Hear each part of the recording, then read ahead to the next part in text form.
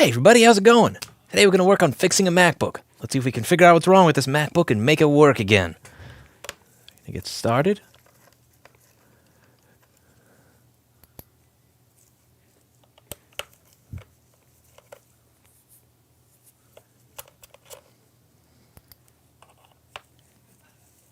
Hope you're all having a lovely day. Hope you're all having a lovely day. Daniel says cookie for $5. Cookie. But no cookie for Erica. I will not get Erica a cookie.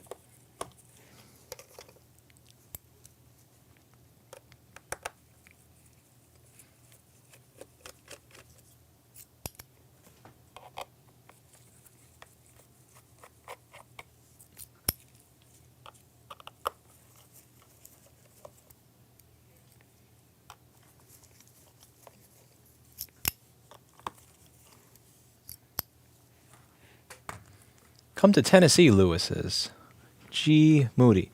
You know, I went to Nashville in 2017 for a right to repair bill. And I'll be honest, I enjoyed my time in Nashville. To be clear, I didn't see the rest of Tennessee. You know, my friend grew up in Knoxville and Johnson City, and he's also gotten to see some of the less nice areas of Tennessee. I haven't explored the entire state of Tennessee, but I'll say that the 3 days that I spent in Nashville, the people were nice and courteous. The restaurants I went to were filled with nice people, good food, affordable, and everybody was nice to me. So, you know, I don't know much about Tennessee, but the time that I spent in Nashville, I enjoyed.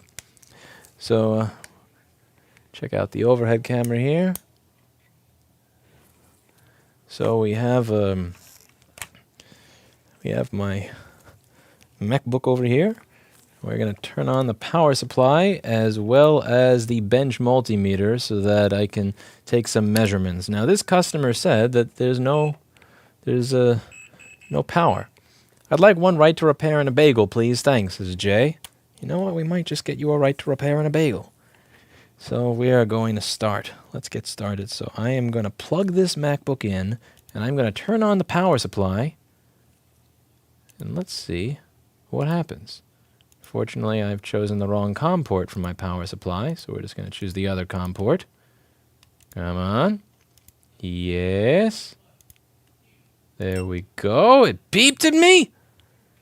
And this MacBook is taking 700 milliamps, meaning that it already turns on and works, meaning that there's absolutely no reason for it to be here. Let's just confirm that. So yes, it did make a chime at me. And it does have an Apple logo. So they said it's dead.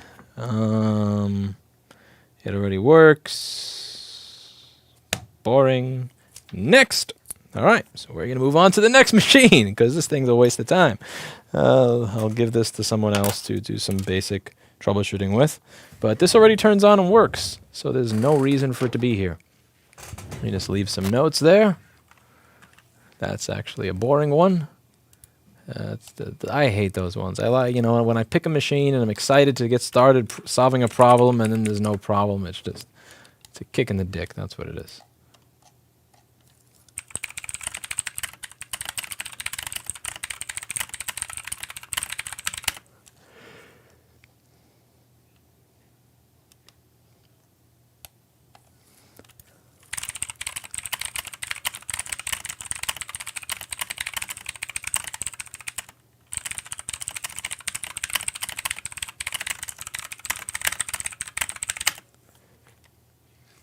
I have a MacBook Pro Retina. It doesn't turn on.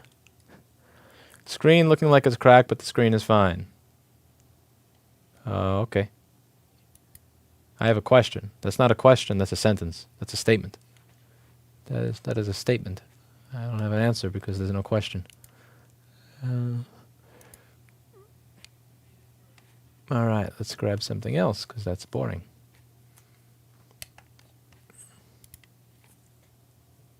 I don't know about whether your graphics card died. See what it needs. I can't see what the screen looks like. All right, we'll grab a different one. Be right back, because that was actually a buzzkill right there. Yeah, there's a buzzkill when the machine already works.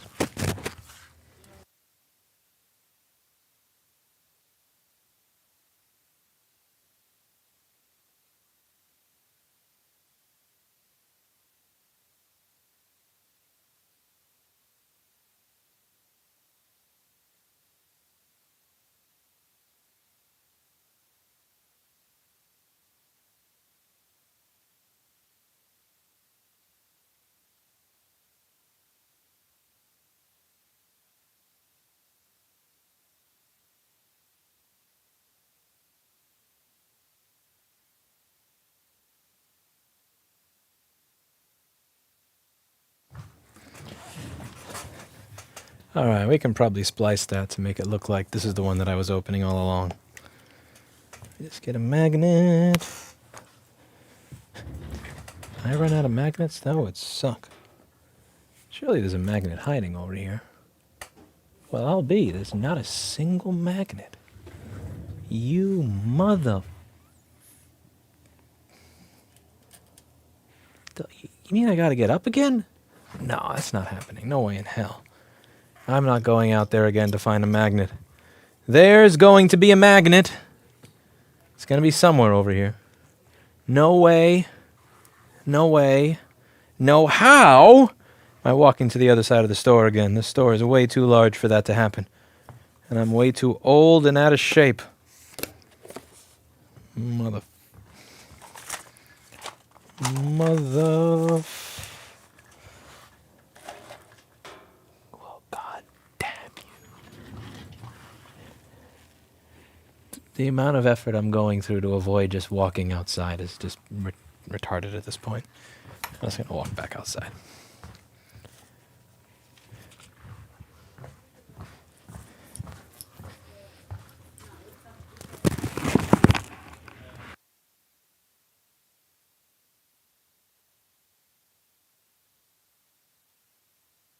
They're fried? I think they're baked. Oh, baked? Yeah. Hello. Why is she baked at work? You have magnets? I have magnet.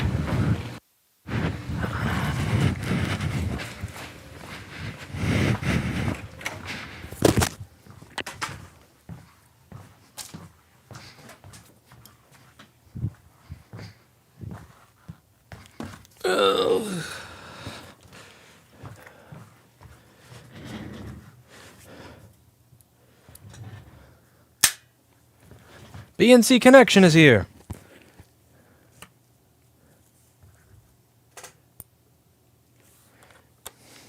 Chris, long time no see. I'm sorry that I've been a poor quality acquaintance or friend and I haven't kept up with you to know what's going on in your life. I apologize.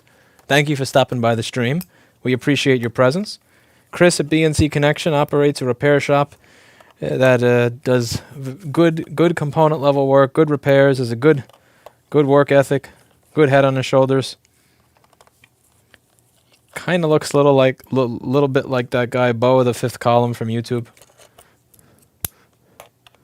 But just so you ran, look forward to hearing where you move. That's gonna be thoughts on internally geared hubs. I have no thoughts on that.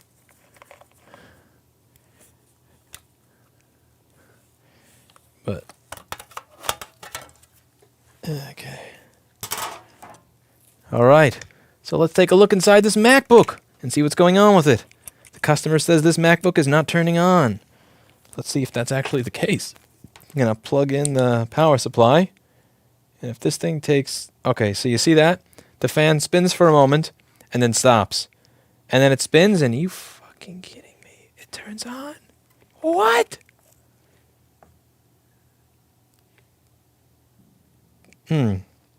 Turns on, but there's no chime. No image, no backlight. That's weird. Alright, this one's gonna suck. Yeah, I'll give it 5 seconds to chime. Give me a nice long dong. Okay, I got a nice long dong. But the light immediately flickers out. Oh, and then it reboots itself again. Okay, it has a backlight. This already works. So another machine that already works. So it does, as you can see over here, this machine has some liquid on the board. This is really just going to need an ultrasonic cleaning because it's doing random reboot stuff like that, which means that there's liquid underneath chips like the CPU. The ultrasonic cleaner will fix this and make this work again. Again, this is one where me going through it, there's no fun here. Like, all I have to do with this machine is take it and put it in the ultrasonic cleaner, and then it will work. And that's not a fun repair. There's nothing to that. It's brain dead. It's boring, and yeah.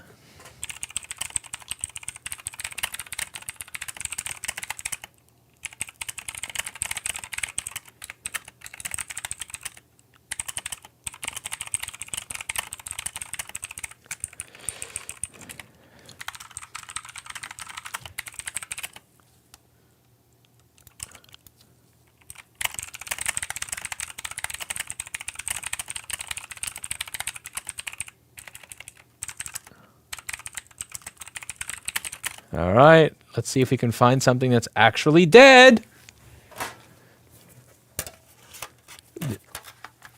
Surely there's something that's actually dead in a store filled with dead fucking MacBooks that advertises dead MacBook component level repair. Come on, show me something that's actually dead. Something that's actually dead.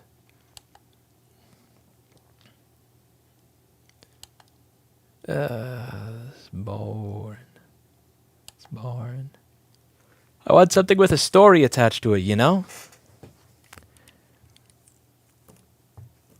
Just realized I stopped seeing your videos on my homepage. Yeah, I haven't really done videos from this channel for a while. This channel kind of became a throwaway. Your audio is crackling. There's not much I can do about it. Let's see. I mean, I gotta find a computer that works before I give a shit about my audio, because right now I don't even have anything to stream.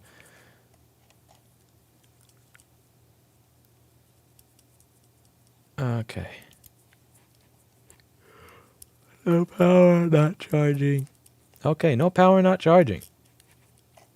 Okay, this is fun. This could be fun. All right, this is the last one. If this doesn't work, then I fucking give up. If this doesn't work, then I'm gonna become a halal food cart or something. All right, slot I1.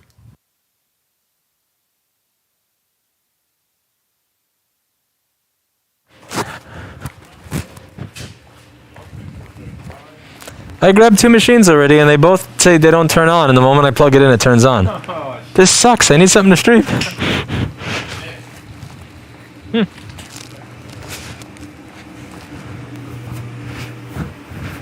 Third one. Every machine that I pick up already works. That's good.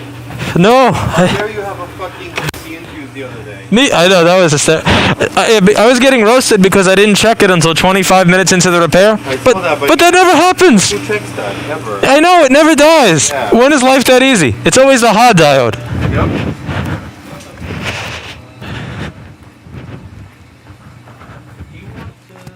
He looks guilty.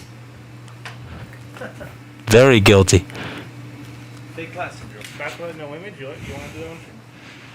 Just look what's corroded. Fuck out of here.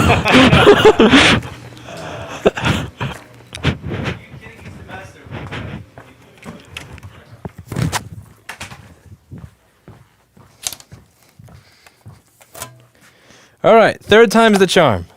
So for those who are watching the edited version of this video, once it gets uploaded to the main channel, I have tried 3 separate times to grab a machine that doesn't turn on, and every time I try to grab a machine that doesn't turn on to fix, it turns on as soon as I put it on the desk.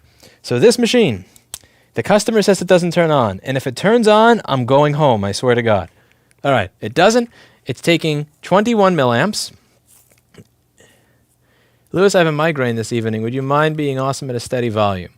Okay, you know what? I'm going to make sure that Firstly, let me just make sure that I'm not screaming. Thank you very much to Mr. Christopher Kelly. Let me just make sure that my compressor is on so that if I say something loud, it doesn't destroy your ears. My apologies if I have been doing that. Yeah, let's see. You know what I'm going to do? I'm going to take my treble boost down a little bit so you don't got to listen to that. We're going to talk at a more stable volume, like this. All right. Change my compressor setting here. And hopefully this is a little bit easier in case I talk too loud. Okay, low up this a little bit.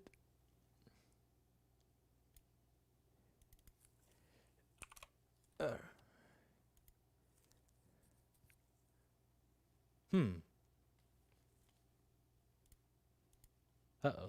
What did I do? I broke something. Uh-oh.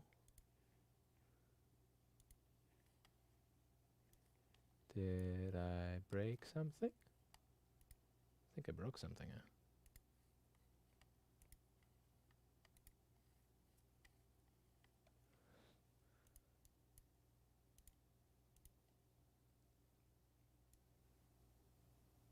Test. Test, you're under arrest.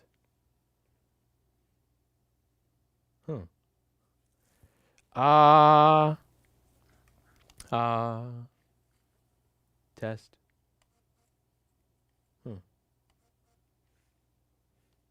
All right. Chris, you may want to lower this for a moment because I have to figure out what I just did. So I took something that was working and I made it not work. That's something I'm great at here.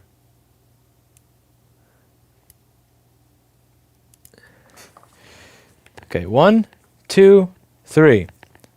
All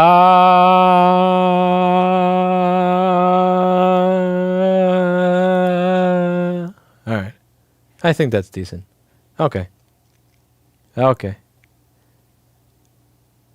Oh, it's because this thing has auto gain on. That's why. Yeah, get rid of that. No auto gain on this. What do you mean auto gain? That's gonna f everything up horribly. All right. 0 here. Test. Okay. So about a clap to make it easy to edit. All right. So we got a MacBook over here. This MacBook, when I plug it in, unlike the other 2 MacBooks I grabbed that both worked even though the ticket said that they're dead, this one is actually dead, which is great because it means that I have content. I have content. Everybody also, please do wish good health to Christopher Kelly, who has a migraine in the chat. He's a regular viewer and a quality contributor to the channel, and I hope he feels better. He lives someplace that I'd like to move. And we're going to take the board out of the case. Now, what does 20 milliamps on a MacBook Air usually mean? What does 20 milliamps usually mean? 20 milliamps usually means that that PM Sleep S4L is missing. And when it's corroded, it's usually an easy fix. When it's not corroded, it's usually a nightmare. So I'm going to hope that this is not a nightmare. Mr. Shifter says, fixed your mic, but not a MacBook yet. He's rubbing it in. Rub it in, man. Rub it in. Rub it in. Mm-hmm. Mm-hmm. Mm-hmm. Mm-hmm. Mm-hmm. Mm-hmm.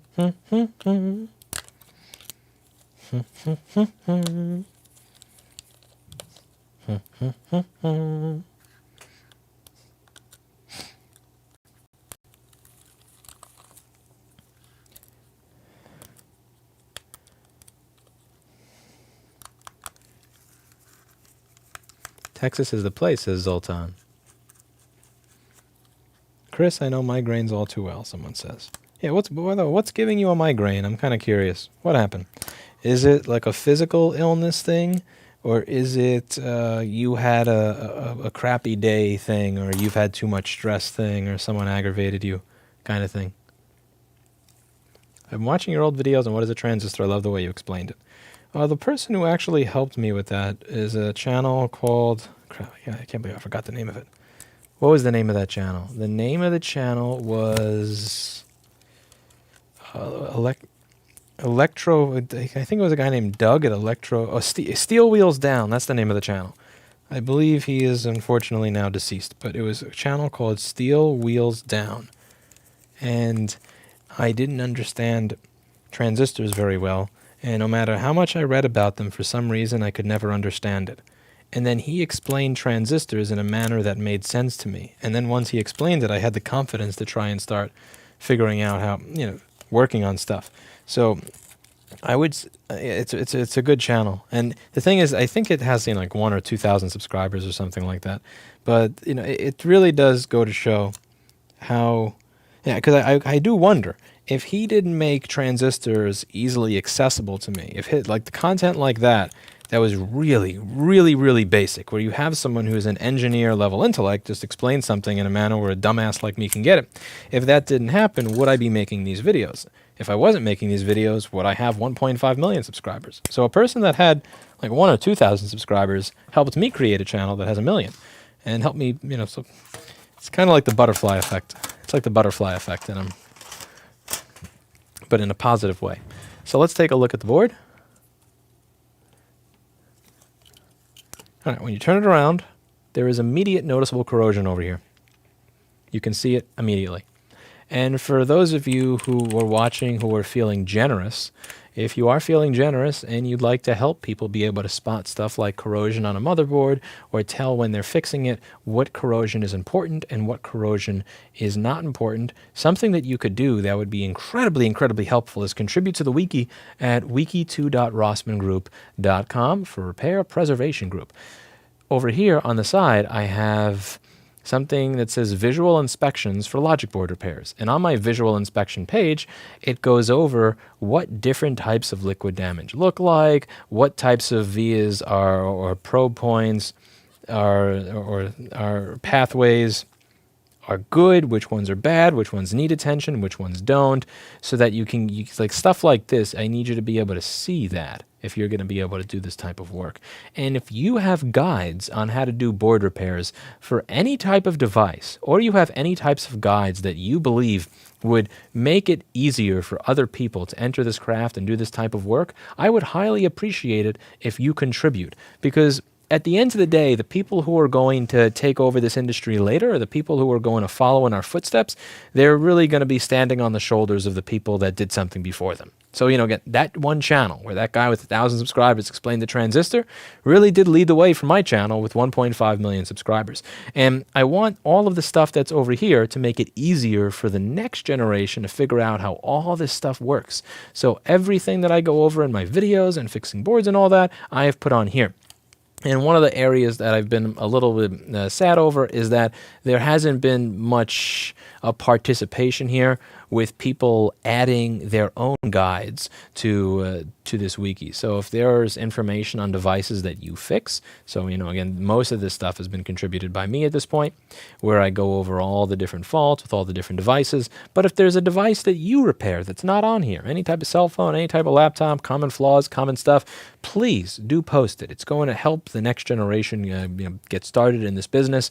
And honestly, one of the best feelings in the world is getting the next generation of people to relive the success that you live without going through all the haggles and the nightmare and the misery of figuring out everything with no help. So I'll just leave that there. And now that I'm done guilt tripping you all, let's take a look at what this looks like in the microscope and see if it's repairable. But yeah, that was just for the person who said that what my transistor video made things easier for them. I really do have to credit Steel Wheels Down because he's the one that made transistors make sense to me. So this is the TPS 51980. And this is going to create our 3.3 volt and 5 volt power lines, and it looks like crap. Admittedly, this is something where you don't have to open the schematic. You don't have to open the schematic. You can just work based on what looks broken and fix what looks broken until it works. Dr. Evil Genius says, hey dude, I watched the video you just put out. I was angry to see what the city is doing to your business. When the city Fs with your business and those like yours, they F with mine as well. Yes, and the thing is, someone said that, that must be a misunderstanding. It's like, it's not a misunderstanding. I mean, Steve had a conversation with me when I came in, and he explained the manner in which the person was speaking to him, his mannerisms and all that there was no misunderstanding. He knew exactly what he was doing. And that's going to be fun. Someone says out of focus. It's not out of focus. It's fine. Now, if you want to say that there's smudges in there, there's smudges all over that microscope lens. But that is indeed fine. What is your economical situation now that Eugene is gone and time has passed? Hope it's all good now. Wish the best from Norway. Seems you've had a long day. Bud, burrito might cheer you up. I've been trying to do less carbs. So there's this one place nearby where I can get a bowl instead of a burrito, and I can get cauliflower rice instead of normal white rice. And I've been doing that to cut down on the carbs because I love carbs. I could eat 3 or 4 burritos a day, and it's something that's not particularly healthy. But so I've been cutting down on my carbs a little bit, so I haven't been eating the burritos as much. The economic situation it's uncertain. I'll be honest with you. So, it's one of those things where like you'll have a giant influx of business and then no business, or a giant influx of people who are really interested in paying for a service and then they don't pay when it's time to pay the deposits. I don't really know where things are going to be going. Like me personally, I'm doing all right. The business itself has seen better days. And yeah, obviously, hindsight being 2020, if I knew that what was, that the entire business world and the economy was going to be destroyed in 2020, would I have moved to a place that costs more than twice as much in 2021? No. Yeah, like I may have, but this is not something that I imagine I could really anticipate. It would have genuinely been business suicide to give up it would have been business suicide at the time to give up the walk-in business, because the walk-in was most of the business. Even if I was going to stay in New York, what would have made sense at this point would have been to just get a warehouse somewhere. Or, get some warehouse by Flushing Avenue in Brooklyn, where it's cheaper, where I can get a place the size of the store for like half the price. And again, the plan at that point wouldn't be to stay in New York long term. It would just be, I have my employees, I have all the people that know everything, I don't have to retrain everybody immediately, and it's nearby, I get a bigger space for less money. You may lose out on some of the walk-in business, but it's like, that shit's gone anyway, so it doesn't really matter as much. Looks like you have to tell people not to jizz on their motherboards. Yep. That is...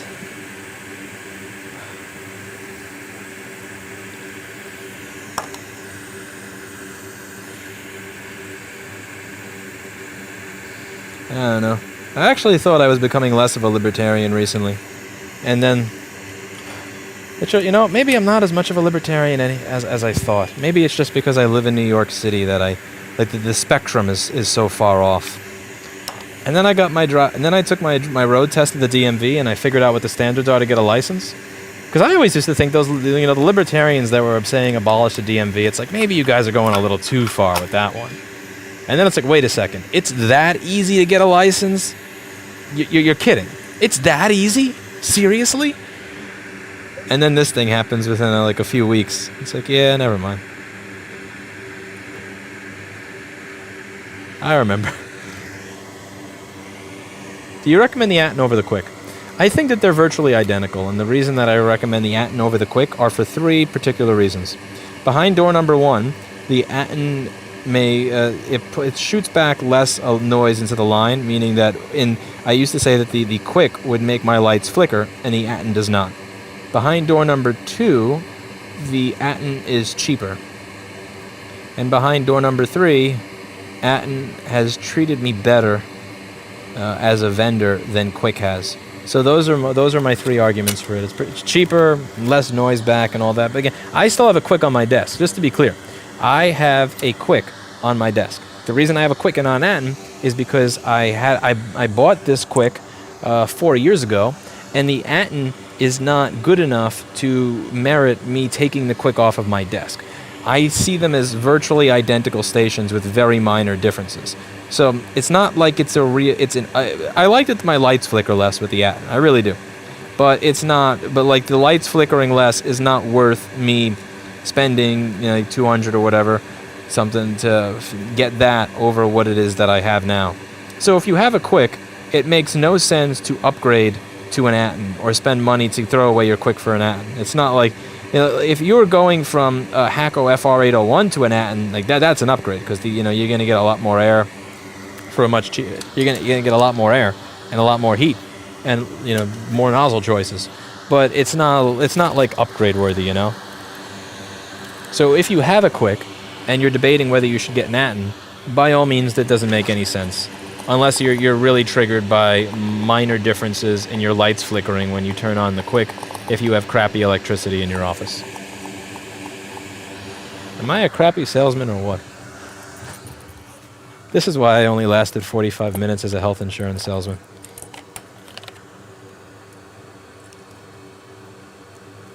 Alright, let me just refill my alcohol. We're just going to... So what I did there is I removed the components from the board that looked kind of nasty. I probably could have reworked some of them, but it's just not even worth it to me to bother. It's not worth my time. And I'd rather just replace everything that's in that affected area that even looks a tiny bit nasty, so that when I give this device back to the customer, I can be certain that they're never going to see me again. I prefer to not see my customers ever again. You fix their problem, and you fix it so that it's good for good. Okay, then after I did that, I added solder to all the different pads, and then I wicked it away just to get rid of all the junk and the old solder and the corrosion and all that icky crap, and now I'm just getting rid of some of the fibers from the Q-tip that I used.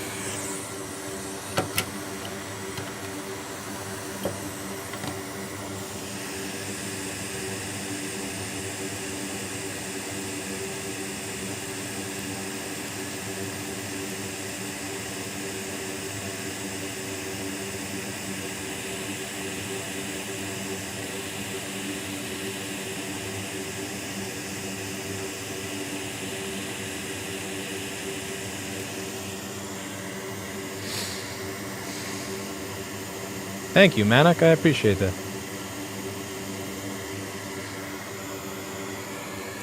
Alright, so now I'm going to grab myself a donor board. Now, what I like about the donor board, and why I like using the donor boards in these cases, is rather than have to look up the individual value of each resistor, each capacitor, each chip, I can just grab a donor, and then I can grab all the different parts that I need off of that donor and transplant them in a quicker fashion. So doing that is going to allow me to be more efficient. It will allow me to do more repairs in a shorter period of time, and it will allow the customer to get back to work faster, meaning that they will have a better impression of repair than they would if I was doing the job slower. And obviously my preference is always that the customer have a higher they think repair is a good option, not a shit option. Because at the end of the day, I can say all the things that I want to say about right to repair. But at the end of the day, what matters more than everything else is that customers actually want to bring us stuff. You know, customers are going to be the greatest advocates. People that want repair shops to succeed, contacting their politicians and voting in favor of these policies are going to be the people that help us succeed. And if we suck, then we're never going to get it. Is the chip you remove reusable? Maybe it is, maybe it's not. I don't care. It had a bunch of water on it, so like if I don't really feel like reusing it.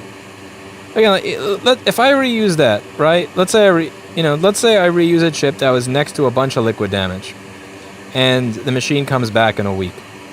Like, is it really worth it?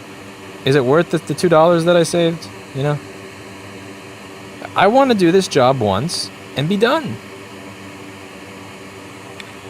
Now, sometimes if you have a board that's completely and utterly destroyed everywhere, like, it's not going to be economically viable to do every single chip. So you may accept a slightly higher risk factor of it dying.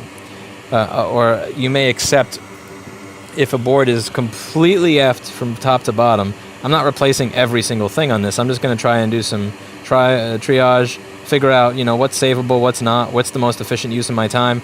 But on this, it doesn't really make sense because I know it's not going to be a long repair job, so there's really no reason to do that. Because I can make it way closer to perfect with a very small amount of time investment.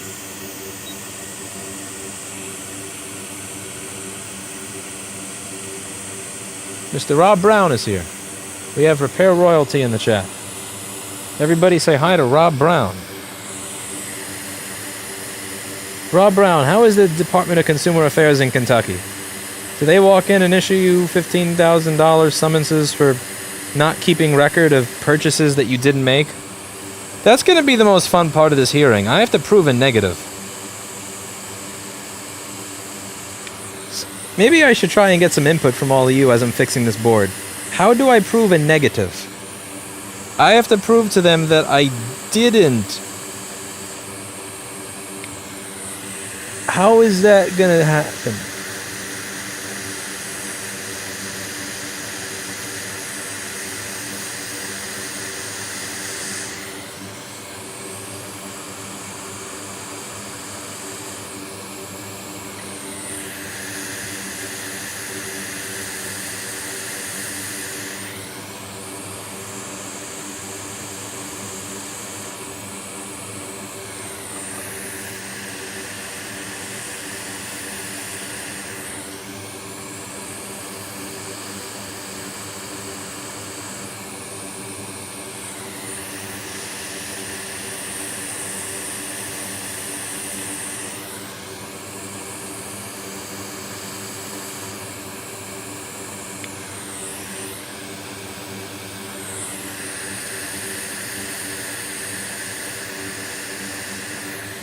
I can't wait to prove that I didn't buy something from someone.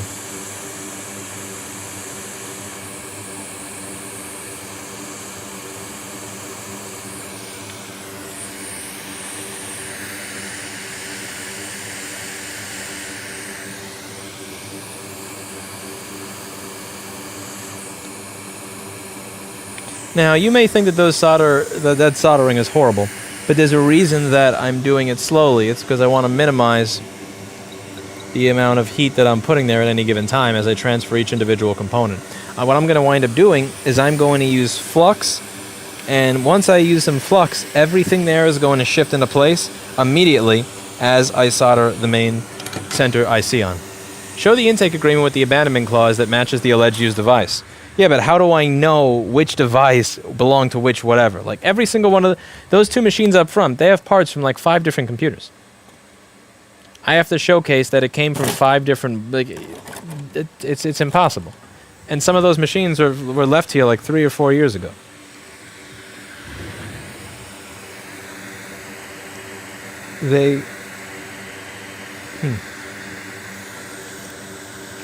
It's a troll.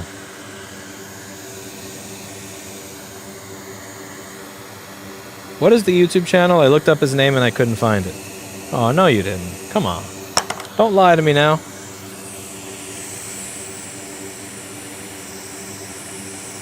Why would you not want to hear the board too much? I think you mean heat, but the reason I don't want to heat the board too much is I don't want to destroy the stuff that's around it. You always want to use the minimal amount of heat to get whatever job you need done. Because there are components around the component that you're working on that don't like heat. These components don't like heat. Like, again, this will tolerate heat. This chip will tolerate me putting it on the board at 400 or 500 Celsius, but that doesn't mean it likes it. It doesn't enjoy it. Look at all those resistors and caps up there, nicely sliding into place.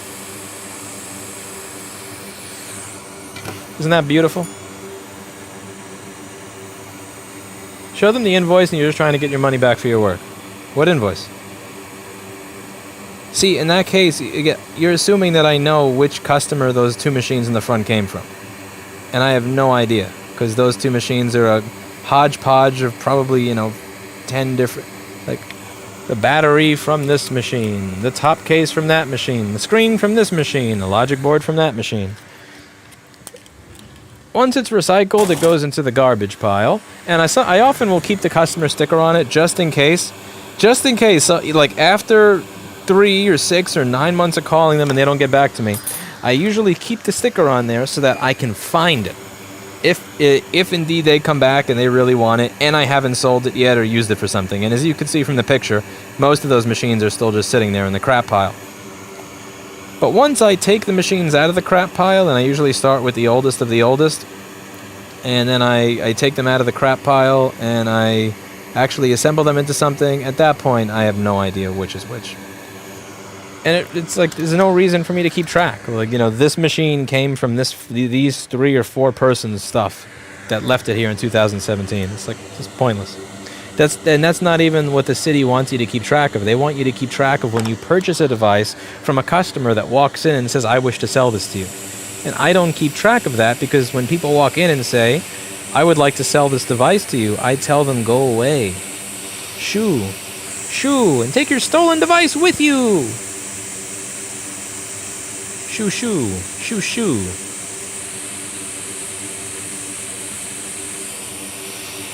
Shoo. I don't know how much I trust this clock chip.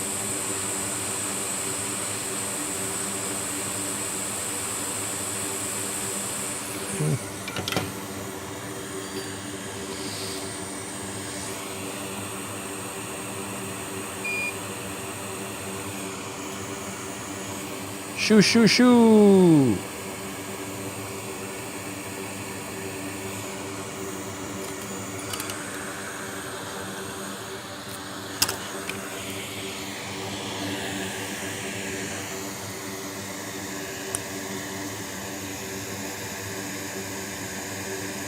Yeah, but that's pointless for Redmond. Because it still doesn't allow me to say which customer it belongs to. Okay. Like, it's trying to solve a problem that doesn't exist. The problem is that I don't submit when I purchase a machine. And I didn't purchase it. So that's where we are. Okay. So when I plug this in, ahem. Uh-oh. That's DC and looks like it could see in better days. Can you fix my marriage? Are you kidding? There's actually a guy that asking me for relationship advice on Discord the other day, and I just like, are you kidding? You're asking the wrong guy. You must want your relationship to fail.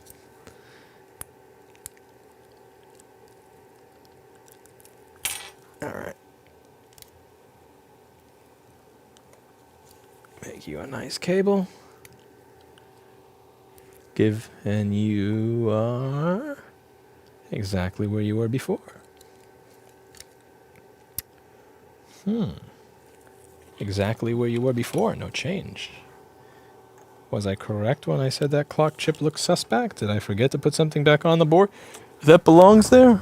Let's see. I'll take a look at another donor. I did, didn't I? I'm missing something. I did forget to put something back on there. I did. I knew it. Lewis, I want to be like you when I grow up. No, you don't. You want to...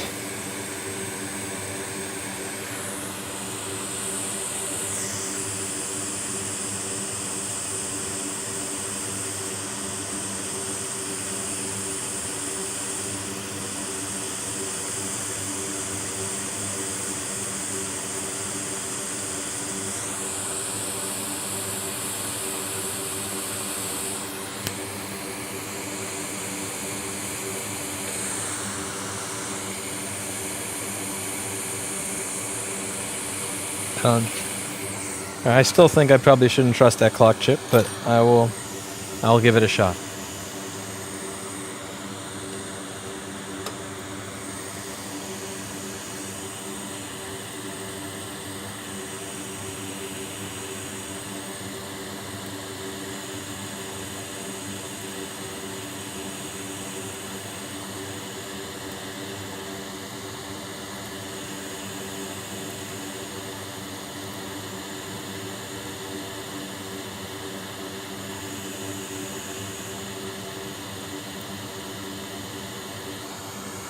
Okay, I plug it in.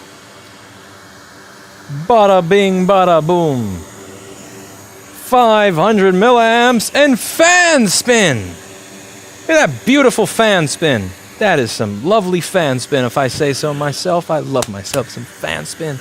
That is a fixed MacBook right there. That is a fixed MacBook. Let's do some math. Let's do some math. That is a fixed MacBook. I only have to fix 60 to 100 more of those to pay the fine that I have. 60 to 100 more and I will break even on this crap. Yay. So that's about it for today. And as always, I hope you learned something. And please do remember, if there's any content that you have learned from all the time that you've spent working at your desk in the repair industry that you believe would be helpful to someone starting out in the same position that you started out in, please do consider going to wiki2.rossmangroup.com and being the author of an article. Anybody can join, anybody can make an article, and you can speak to me in Discord about it if you have any questions. What I want to do is make something that makes it easier for people to access and take part in difficult repair work like this that allows customers to get working devices back and people like me and others to make an income who are starting out. Highly appreciate everybody who can help me in that project. Thank you so much for the person that started adding to the iPhone section, and thank you to the people who have made some additions to the MacBook section. At this point in time, I'm the one that's doing most of the work on that site, and I really would like to see more people who are smarter than me, who know stuff in the other niches of repair where I may be a little limited or lacking in knowledge, can contribute so that more people can fix devices, be happy, and I'll see you all in the next video. Bye now. And done. I have a fan spin. I have a fan spin. I have a fan spin. I have a fan spin. I have a fan spin. Ooh, someone was assaulted and robbed of money 1 block from where I live. Yeah, it's definitely time to get the fuck out of here soon. So I'm kind of wondering what I'm going to wind up doing with this channel as time goes on, when I'm not, if I'm traveling or on the road and not doing board repair, towards keeping you out of the joint. Thank you, Terrible Fire, for the £5. I don't know what I'm going to do with this channel. I've debated turning it into like a driving vlogging channel. Just if I'm not doing board repairs with it, because nobody else at the store really wants to actually be involved with doing board repair videos. They'd rather I beat them in the head with a baseball bat. So I don't know what I'm going to wind up doing with this. Like maybe driving around the country a little bit, exploring stuff. I don't know. We'll see. We'll see.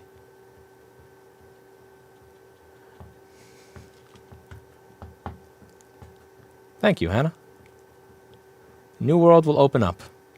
Cars and car maintenance and car insurance and parking. Yay. All right. See y'all later.